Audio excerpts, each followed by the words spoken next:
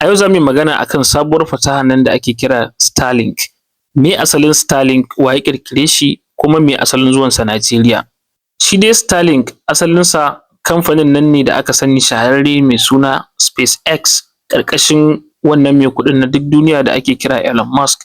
Shi wannan kamfani shi ya ƙirƙiri Starlink. Shi Starlink yana aiki ba kamar yanda sauran network suke aiki na intanet ba ta hanyar amfani da fiber, kamar irin yanda muke amfani da network ta hanyar amfani da network providers irin su MTN, Glo, Etisalat da sauransu.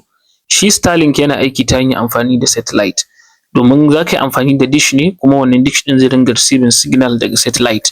Wannan zai baka access ka iya yin browsing kamar kana amfani da data kan wayarka. Ba kamar sauran yanda service providers suke ba, Starlink ya fita daban, domin kuwa network ɗinsa yana da matuƙar ƙarfi.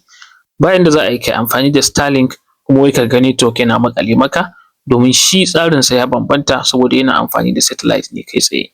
Idan kana fama da matsalar network, ko kuma kana location wanda network yake da matsala, ko kuma matsalar ruwan sama, to ba ka da zaɓin da ya wuce amfani da Starlink. Me asalin zuwan Starlink Najeriya? Asalin zuwan Starlink Najeriya shi ne Professor Isa Ali Ibrahim Fantami shi ne ya ba da damar shigo da Starlink Najeriya, ko kuma shi ya hanyar shigo da shi a lokacin da yana ministan sadarwa na Najeriya. Wanda a halin yanzu mutane da dama suna amfani da Starlink wajen yin browsing a wayoyinsu. Sai dai shi Starlink yana buƙatar ka yi subscription duk wata kafin ka iya samun damar accessing wannan intanet ɗin nashi.